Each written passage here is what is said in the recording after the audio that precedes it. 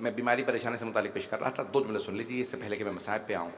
میرا وعدہ ہے اگر آج آپ کو ادراک ہوا ابتدائی جملوں کا تو آگے آپ ضرور مصاب ہو جائیں گے. ایک یہودی تھا, اس کی بیٹی بہت بیمار تھی. لوگوں نے اس کی بیٹی کو لا علاج قرار دے دیا, اس زمانے کے اطباء نے. بیٹی کا نام تھا ہند. اس یہودی نے سوال کیا کوئی ہے جو میری بیٹی کا علاج کر دے؟ تو ایک آدمی نے کہا کہ ہاں مدینے چلا جا, وہاں کوئی علی ابن ابی طالب رہتے ہیں. وہ بڑی امید کے ساتھ مدینے آ گیا. لوگوں سے پوچھا مجھے علی ابن ابی طالب سے ملنا. ایک آدمی نے کہا ہاں آؤ میں تمہیں بتاتا ہوں کہاں ہے. لے کے آیا مولا کی بارگاہ میں. کہا یہ علی ابن ابی طالب ہے. اس نے کہا یا علی میں آپ کے ماننے والوں میں نہیں ہوں, یہودی ہوں, لیکن بڑی امید کے ساتھ آیا ہوں. میری بیٹی کو اطباء نے, طبیبوں نے, ڈاکٹروں نے لا علاج قرار دے دیا, اس کا علاج نہیں ہو سکتا.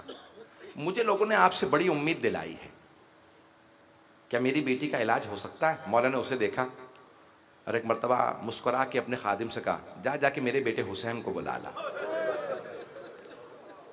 خادم گیا سید الشہداء کی بارگاہ اور کہا کہ مولا آپ کو آپ کے بابا علی بن ابی طالب نے بلایا.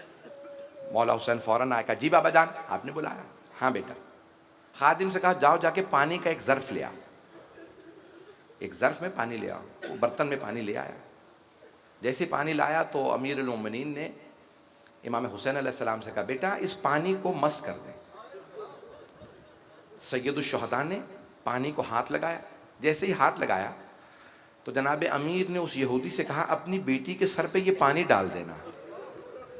اس یہودی نے پوچھا کیا ہوگا؟ کہا تمہاری بیٹی کو شفا مل جائے گی. اس یہودی نے پوچھا کیوں شفا مل جائے گی میری بیٹی کو اس پانی سے؟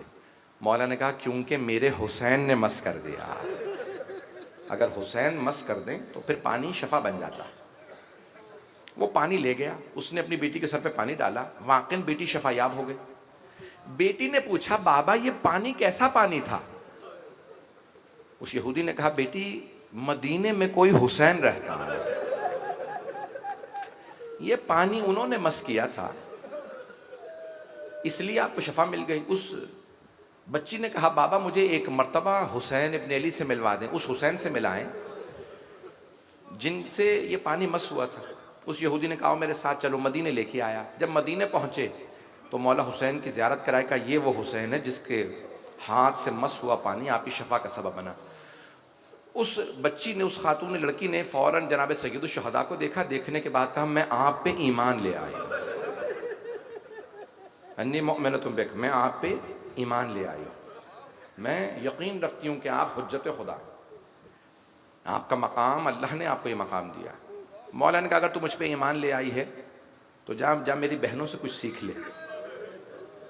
وہ اٹھی ہند جناب زینب کے پاس آئے. کہا بی بی میں آپ کے بھائی پہ ابھی ابھی ایمان لائی ہوں, مجھے کچھ سکھا دیجئے. تو جناب زینب نے کہا اگر مجھ سے کچھ سیکھنا چاہتی ہے تو پردہ سیکھ لے. اس ہند نے کہا میں نے آج سے پردہ سیکھ لیا. اب تفصیل کا وقت نہیں ہے, مصائب کا پورا ماحول بن چکا کہ کیا ہوا, کیسے معاویہ اپنے بیٹے یزید سے بیعہ کے اس ہند کو شام لے گیا. ہند بہت خوبصورت تھی, معاویہ نے اپنے بیٹے سے شادی کی, لے گیا. چلی تو گئی شام, دمشق میں رہتی تھی لیکن ہر روز دعائیں مانگتی تھی پروردگارہ میرے مولا حسین سلامت رہے. اپنے مولا کی سلامتی کی دعائیں مانگتی, مولا کی نظر دلاتی, صدقہ دیتی, میرے مولا سلامت رہے, حسین سلامت رہے. ایک دن کچھ لوگوں نے ہند سے کہا ہند تیرے شوہر کے خلاف کچھ لوگوں نے بغاوت کی تھی, کربلا میں تیرے شوہر نے انہیں مار دیا باغیوں کو. ان باغیوں کے خانوادے آ رہے ہیں, باغیوں کی بہنیں, ان کے خاندان, بیٹیاں, ازواج, سب کے سب یہاں آنے والے. ہند نے کہا اچھا میں بھی دیکھنا چاہتی ہوں کہ باغیوں کا خاندان کیسا ہے. کہا کہاں پہ آئیں گے؟ کہا پہلے بازار میں لائے جائیں گے, بازار سے پھر دربار میں لائے جائیں گے. ہند نے کہا دربار میں آ جاؤں گی, بازار نہیں جاؤں گا. کیوں بازار نہیں جائے گی؟ میں پردہ دار خاتون ہوں, میں بازار نہیں جاؤں گا. اگر برداشت کر پائے آج, کہ میں پردہ دار خاتون ہوں, بازار نہیں جاؤں گی. دربار میں آ جاؤں گی، لیکن میری دو شرائط ہیں. ان باغیوں کا تماشا دیکھنے کے لیے جب میں دربار میں آؤں نا تو دو کام کرنا. ایک، میرے لیے برقع سلوا دو، اس کا نقاب باریک ہو تاکہ میں دیکھ سکوں ان کا تماشا. دوسرے، میرے لیے تخت لگا دینا، میں زمین پہ کھڑی نہیں ہونا چاہتا. جہاں پہ باغی ہوں گے میں باغیوں کے ساتھ زمین پہ نہیں کھڑی ہونا چاہتا. اچھا ٹھیک ہے. اس کے لیے تخت لگوایا گیا. ہند نے برقع سلوایا، نقاب باریک تھا تاکہ دیکھ سکے. اس کا بھی چہرہ معلوم تھا، تخت پہ کھڑی تھی. جیسے ہی بیویاں، اب جو لوگ شام گئے ہیں نا زیارات جنہوں نے کی ہیں، ان کو معلوم ہے بہت بڑا ہے دربار، بہت بڑا. جس دروازے سے بازار سے بیویاں آئیں نا، پچھلا دروازہ ہے، یزید اوپر بہت بلندی پہ بیٹھا تھا، تخت پہ ہند کھڑی تھی، دربار میں 700 کرسی نشین تھے. جیسے بیویاں داخل ہوئی جناب زینب کی نظر ہند پہ پڑ گئی. جیسے ہی جناب زینب کی نظر پڑی نا ہند پہ، تو جناب زینب نے دیکھا اور فوراً جناب ام کلثوم سے کہا، ام کلثوم پہچانا سامنے کون؟ جناب ام کلثوم نے کہا، بی بی جب سے عباس کی شہادت ہوئی ہے میری بینائی کمزور ہو گئی ہے، مجھے دور کی چیزیں نظر نہیں آتی. جناب زینب نے کہا، ام کلثوم ذرا غور سے دیکھو، سامنے ہند کھڑی ہے. جناب ام کلثوم نے پوچھا، بی بی کون سی ہند؟ وہ ہند جسے ہم نے پردہ سکھایا تھا. جناب زینب نے کہا، ہاں وہی ہند جسے ہم نے پردہ سکھایا. اب جناب ام کلثوم رونے لگی.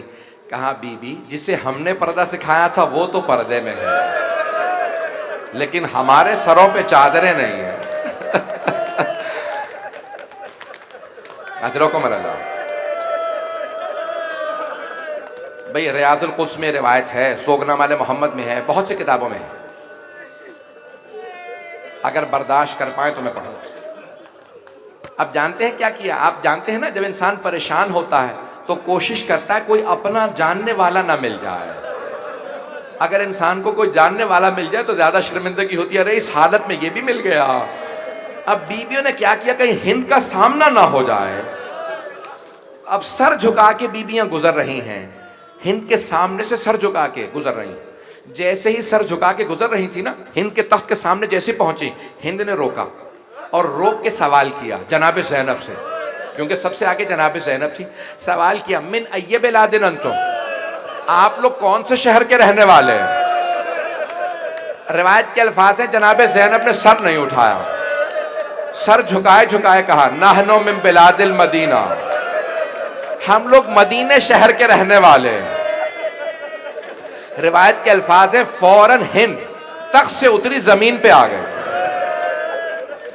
اب جناب زینب سے رہا نہ گیا، فوراً پوچھا، کیا بات ہے، تم تخت سے اتر کے زمین پہ کیوں آ گئی ہو؟ تو ہند نے کہا، بی بی مدینے والوں کے احترام میں مدینے والوں کو بہت احترام کرتی ہوں، میں مدینے والوں کا بہت احترام کرتی ہوں، اس لیے میں تخت سے اتر کے زمین پہ آ گئی. اب ہند نے پوچھا جناب زینب سے، بی بی مدینے والوں کو جانتی ہیں آپ؟ اگر میں کسی کا پوچھوں، کسی کو جانتی ہیں آپ؟ میں پوچھوں. جناب زینب نے کہا، کس کا پوچھنا چاہتی ہے؟ ہند نے کہا، بی بی مدینے میں میرے مولا حسین رہتے ہیں.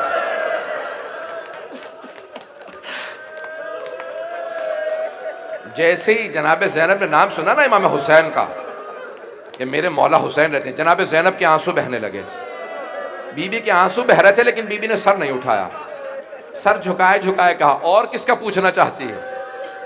ہند نے کہا، بی بی مدینے میں میرے مولا حسین کا ایک بیٹا ہے، بہت خوبصورت ہے، نام علی اکبر ہے، ہم شکل پیغمبر ہے. میرے بھائی برداشت نہیں کر پا رہے ہیں. جناب زینب کے آنسو اور تیزی سے بہنے لگے. بی بی نے کہا، اور کس کا پوچھے گی؟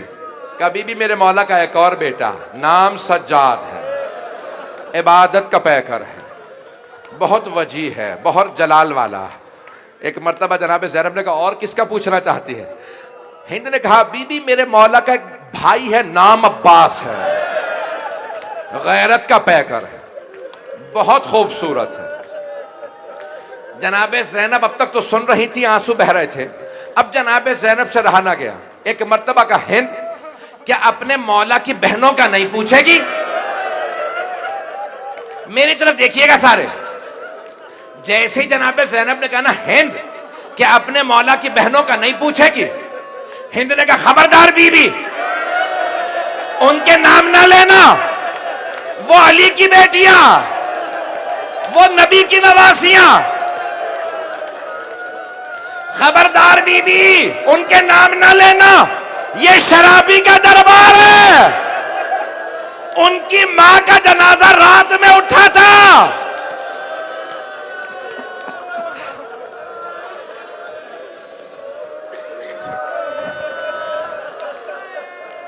ایک مرتبہ جناب زینب نے سر اٹھایا، سر اٹھا کے کہا ہند غور سے دیکھ میں زینب ہوں، یہ میرے ساتھ ام کلثوم، وہ رقیہ، وہ رباب، وہ سکینہ. ایک مرتبہ ہند نے بیویوں کو دیکھا، سر سے برقع اتار کے زمین پہ پھینکا، ایک سوال کیا کہ بی بی اتنا سب کچھ ہو گیا، عباس کہاں تھا؟